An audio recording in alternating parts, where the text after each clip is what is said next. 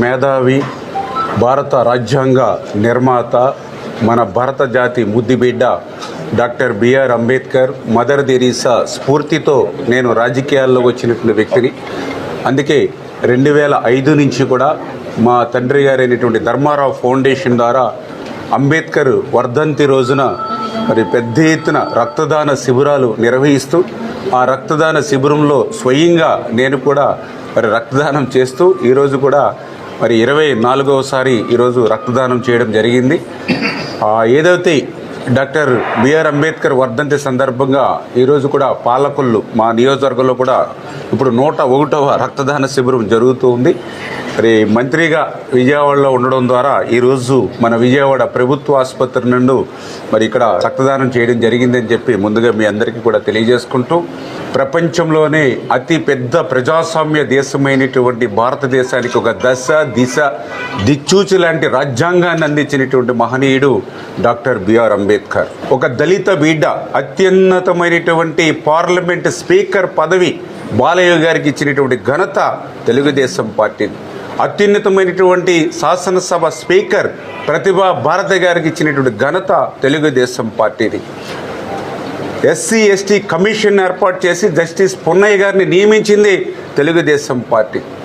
ఆంధ్రప్రదేశ్ రాష్ట్రానికి ఒక చీఫ్ సెక్రటరీగా ఒక దళిత బిడ్డ కాకిలేటి మాధవరావు గారిని ఇచ్చింది తెలుగుదేశం పార్టీ.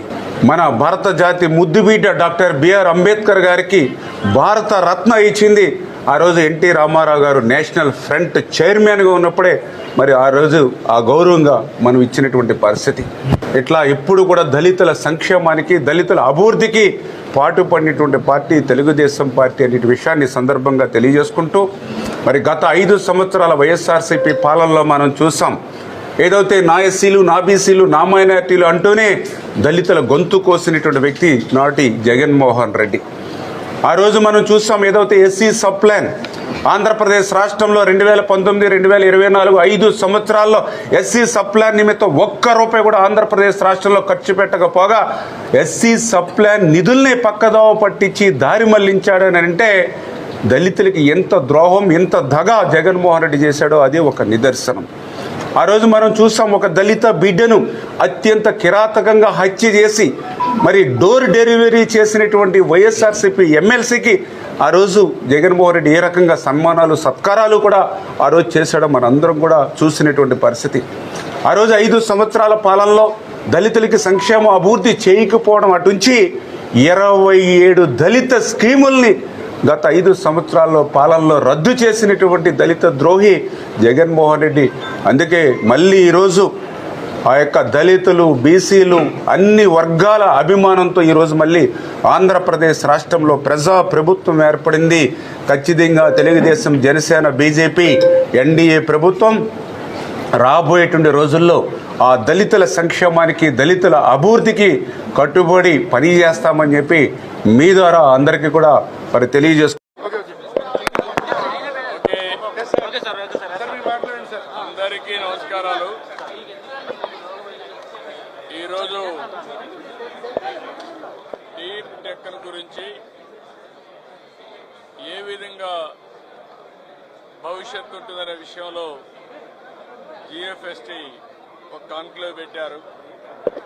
నిన్నటి నుంచి దీన్ని నిర్వహిస్తున్నారు. దేశంలో ఉండే టెక్నికల్ పీపుల్ కానీ టెక్నాలజీ డెవలప్ చేసిన వ్యక్తులు కానీ అందరూ వచ్చారు. నా ఆలోచన ఒకటే, ఒకప్పుడు ఐటీని ప్రమోట్ చేశాం, ఇప్పుడు డీప్ టెక్ని ప్రమోట్ చేస్తున్నాం. ప్రతి ఒక్కరి జీవితంలో టెక్నాలజీ అనేది ఒక భాగం అవుతుంది. ఎవరైతే టెక్నాలజీ సమర్థవంతంగా ఉపయోగించుకుంటారో వాళ్ళకు అన్ని విధాలుగా వాళ్ళు ఏ పని పెట్టినా కలిసి వస్తుంది. అది హెల్త్ కావచ్చు, వ్యవసాయం కావచ్చు, లేకపోతే పవర్ కావచ్చు, ఏదైనా సరే రోడ్లు కావచ్చు, అన్నింటిలో కూడా టెక్నాలజీ భాగస్వామ్యం అవుతుంది. అయితే నేను ఆలోచించే విధానం, ఈ టెక్నాలజీ ద్వారా పేదవాళ్ళకి ఏం జరుగుతుంది, ప్రజలకు ఏం జరుగుతుంది, భావితరాల భవిష్యత్తు కోసం ఏ విధంగా ముందుకు పోతాం అనే విషయం పైన వర్కౌట్ చేస్తున్నాం. ఎందుకంటే టెక్నాలజీ కానీ సమర్థవంతంగా ఉపయోగించుకుంటే మనకంతా కూడా ఖర్చులు తగ్గి ఆదాయం పెంచే ఆలోచన వస్తుంది, మార్గం కూడా వస్తుంది. దీనివల్ల భవిష్యత్తులో నేను ఒకటే ప్రోగ్రాం ఇచ్చాం. ఒకప్పుడు 1 ఫ్యామిలీ 1 IT ప్రొఫెషనల్. ఈరోజు నేను ఇచ్చిన పిలుపు 1 ఫ్యామిలీ 1 ఆంటర్ప్రెన్యూర్. అది మైక్రో ఆంటర్ప్రెన్యూర్ కావచ్చు, లేకుంటే స్మాల్ కావచ్చు, లేకపోతే మీడియం ఎంటర్ప్రైజ్ కావచ్చు. ఇవన్నీ పెడుతున్నాం. దీనికి ఏదైతే నేను ఈరోజు వర్కౌట్ చేశామో ఆంధ్రప్రదేశ్ రాష్ట్రమే ఒక ఇన్నోవేషన్ హబ్గా ఉండాలని దీనికి 5 జోన్స్లో 5 పెట్టాం. ఇంకో పక్క అమరావతిలో మెయిన్ హబ్ పెట్టాం. రతన్ టాటా ఇన్నోవేషన్ హబ్ పేరుతో దీన్ని ముందు తీసుకుపోతున్నాం.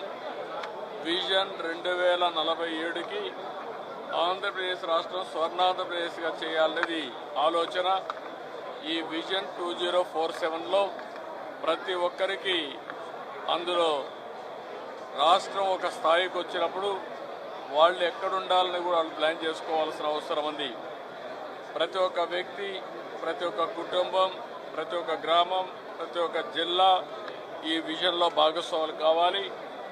ఈరోజు రాష్ట్రం అభివృద్ధి అయితే దాంతో సమానంగా మీరు కూడా ముందుకు పోయే పరిస్థితి రావాలి. ఏదైతే నేను విజన్ 2047 మాట్లాడుతున్నానో దీన్ని ప్రజలందరూ అడాప్ట్ చేసుకోవాలి. అదే మరి అడ్మినిస్ట్రేషన్ మొత్తం అడాప్ట్ చేసుకోవాలి.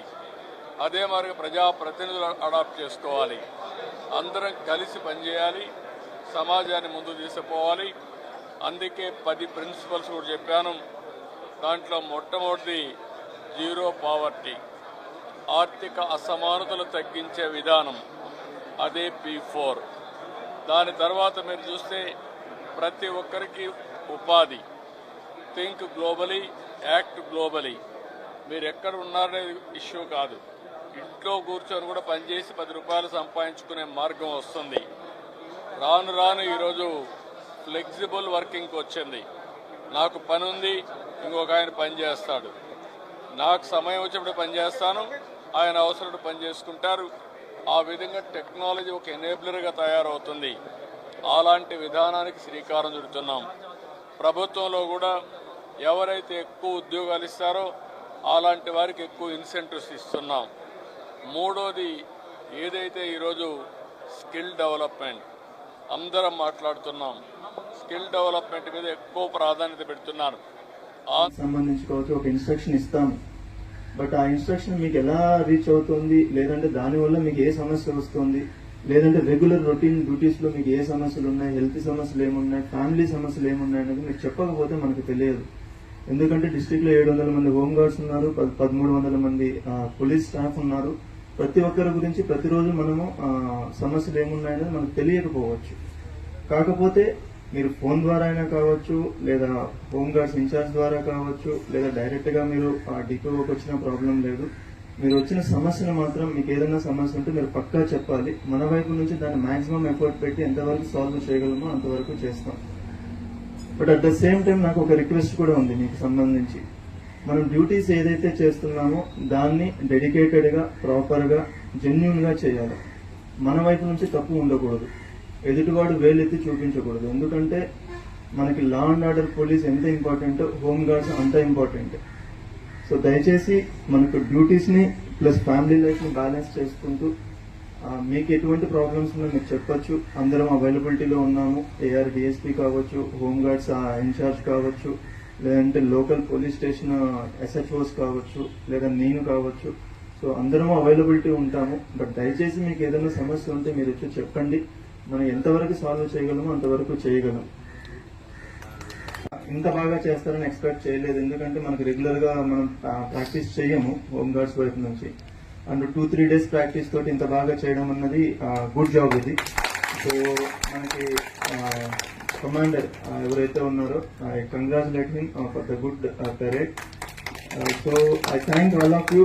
మీరు డిపార్ట్మెంట్ కావచ్చు, సొసైటీ కావచ్చు, మీరు చేస్తున్న డ్యూటీస్ వెళ్ళకట్టలేనివి.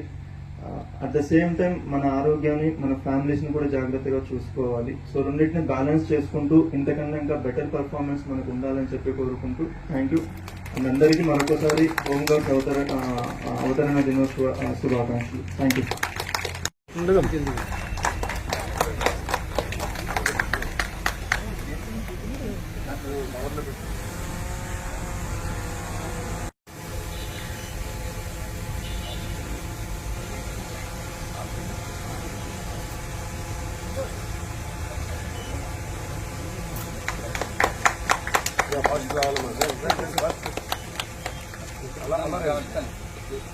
నెక్స్ట్ రండి డ్యాన్స్ మీద రండి.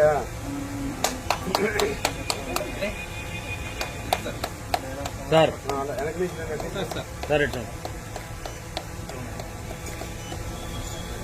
సార్ నెక్స్ట్ సార్ వీళ్ళందరూ గ్రౌండ్ చక్కగా డెకరేట్ చేయడానికి వీరే కారణం సార్. గత 2 రోజుల నుంచి వీళ్ళందరూ కూడా ఈ ఫ్లవర్ డెకరేషన్ అయితేనేమి, తర్వాత ఇల్లు డెకరేషన్ అన్ని కూడా దగ్గర నుంచి చూసుకున్నారు సార్.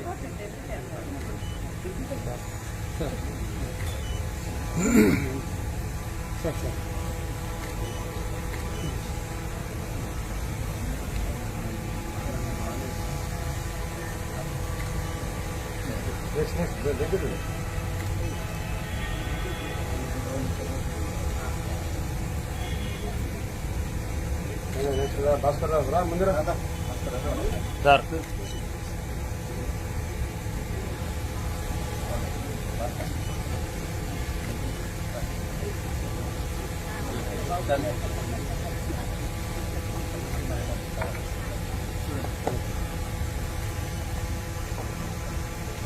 నాయకులు, కార్యకర్తలు, ప్రజలు, రైతాంగం గుర్తించాలని ఈ సందర్భంగా ప్రకటన రూపంలో తెలియపరుస్తూ ఉన్నాను. ఇకపోతే అసలు విషయానికి వస్తే, మన కాకినాడ సీపోర్ట్ వ్యవహారం ఏ విధంగా జరుగుతుందో అందరూ గమనిస్తూనే ఉన్నారు. చంద్రబాబు నాయుడు గారు అధికారంలోకి రావడం కోసం అనేకమైనటువంటి వాగ్దానాలు, సాధ్యాసాధ్యాలను చూడకుండా ఏ విధంగా అయినా సరే జగన్మోహన్ రెడ్డి గారిని ఓడించి అధికారంలోకి రావాలనేటువంటి ఏకైక దృక్పథంతో సాధ్యాసాధ్యాలను, కోశాగారం యొక్క దాని కెపాసిటీని చూసుకోకుండా విచ్చలవిడిగా వాగ్దానాలు ఇచ్చారు. ఆ వాగ్దానాల్లో ఏ ఒక్క వాగ్దానాన్ని నెరవేర్చక ప్రజల్ని మభ్యపెడుతూ ఉంటే ప్రజల్లో తీవ్రమైనటువంటి వ్యతిరేకత వస్తున్న సందర్భాన్ని పురస్కరించుకొని రకరకాల డైవర్షన్స్ చంద్రబాబు నాయుడు గారు, ఆయన కూటమి ప్రభుత్వం చేస్తున్నది. మొన్నటిదాకా తిరుపతి లడ్డు గురించి చాలా పెద్ద కథనే నడిపారు. ఏమీ లేకపోయినా దాన్ని చాలా పెద్ద జాతీయ స్థాయిలో జగన్మోహన్ రెడ్డి గారు ఏదో కల్తీ నెయ్యితో లడ్డూ తయారు చేశారనేటువంటి ఒక విష ప్రచారాన్ని చేశారు. ప్రజలు ఎవరు నమ్మలేదు. మళ్ళా ఇవాళ ఒక కొత్త విష ప్రచారాన్ని బయటకు తీసుకొచ్చారు. అదేమిటంటే, కాకినాడ సీపోర్ట్లో అరవిందో ఇంటర్నేషనల్ కంపెనీ 41% వాటాలను కొనుక్కుంటే, పరస్పర అంగీకారంతో కొనుక్కుంటే, దీనికి అంతా కారణం జగన్మోహన్ రెడ్డి గారు, సుబ్బారెడ్డి గారు, సాయిరెడ్డి గారు, సుబ్బారెడ్డి గారి కుమారుడు, సాయిరెడ్డి గారి అల్లుడు, వీళ్ళందరూ కలిసి గొంతు మీద కత్తి పెట్టి ఈ అగ్రిమెంట్ చేయించారని ఆఫ్టర్ 4.5 years ఇవాళ బయటకు తీసుకొచ్చి రాద్ధాంతం చేసేటటువంటి ప్రయత్నం చేస్తున్నారు. సింపుల్. చంద్రబాబు నాయుడు గారి మూఢసాపరండి అనేక సందర్భాల్లో రాజశేఖర రెడ్డి గారు చెప్పారు, మొన్న జగన్మోహన్ రెడ్డి గారు చెప్పారు. చాలామందికి తెలుసు కూడా. తాను చెయ్యాలనుకున్న దాన్ని ముందు ఎవరి చేతో పత్రికల్లో కదిపించటం, పచ్చరాతలు రాయించటం, తర్వాత ఏదో జరిగిపోయిందని రోజు ఒక కథనం.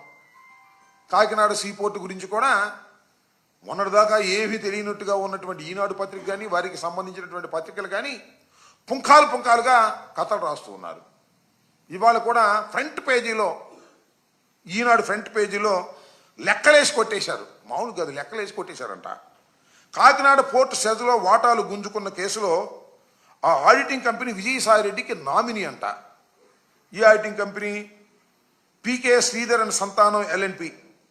ఇది సాయిరెడ్డి గారికి బినామీగా ఉందంట, ఆయన నామినీగా ఉందంట. నాకు అర్థం కాల.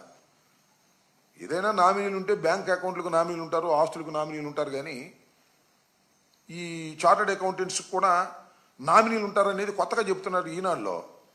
విజయసాయిరెడ్డి గారు ఈజ్ ఎ సర్టిఫైడ్ ఆడిటర్. ఆయనకు విస్తృతంగా పరిచయాలు ఉంటే ఉండొచ్చు. అందువల్ల ఆయన